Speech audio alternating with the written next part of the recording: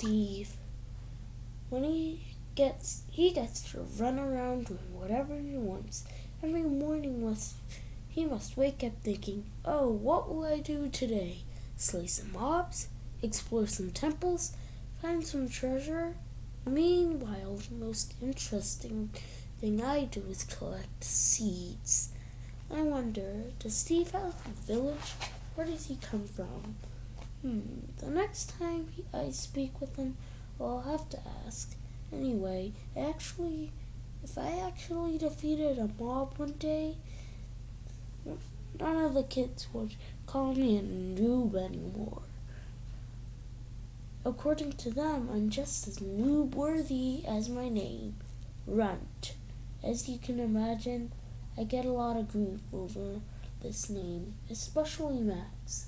He's so annoying. He always says I'm useless, no good. He wants to be a librarian. He thinks he knows everything because he's read nearly every book in Village Town. That doesn't mean much at all because lots of the books in our village totally stink. I mean, most of the so-called worthy knowledge comes from a series called Adventures of the Cow. Whatever. If I'll ever become a warrior, he'll be saluting at me and he'll be shining my boots and he'll be addressing me sir or perhaps commander and asking me how many pumpkin pie slices I'd like for lunch. Okay, so our village is boring at times. Here's another thing I don't like about it. The trading. For example, if you want some cookies, it's not like you're just gonna go down to the store, slam 3 emeralds on the counter and call it a good deal. No. Literally, you walk onto the store hoping the guy selling cookies is having a good day. If not, he's going to hurt for it seems like forever until he thinks about a fair price. The whole time your stomach's rumbling, telling yourself maybe I should have a raw potato instead. In fact, I had to spend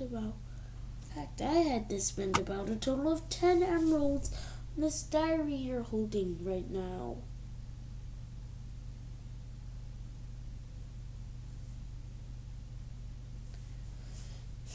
That librarian ripped me off. My mom gave me those emeralds for lunch at school. If she found out that I spent a week's worth lunch of emeralds on a diary. But I guess the librarian was nice compared to that blacksmith a few days ago. He wanted 30 emeralds for a pair of boots that weren't even in new condition. Seriously, would anybody pay that much? Then again, my friend Stump said he sold a moldy potato for a warrior for 5 emeralds. I guess that guy was really hungry.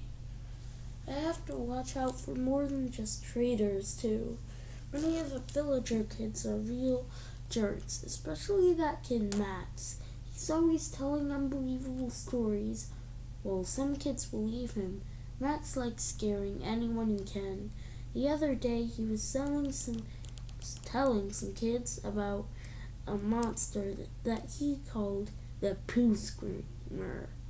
Supposedly, the Pooh Screamer is a special type of creeper. Creepers are green, of course, because they're made out of leaves.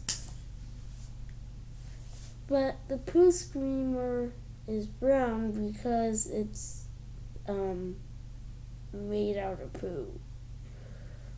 You really don't want to be around one of these when it explodes. When it attacks, it's like a normal creeper.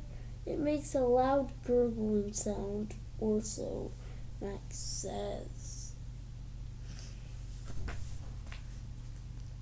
Of course, Max just made it up.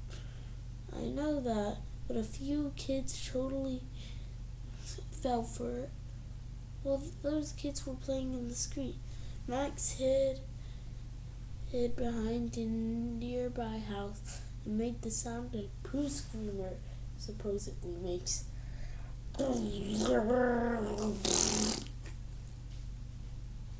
It terrified those kids. From what I heard, they didn't go near a bathroom for days after. They didn't want the poo screamer to get them. Welcome to my life. Irritating mobs, greedy librarians, and Max. Friday. Last night I had a crazy dream. Our village had warriors, and I was one of them.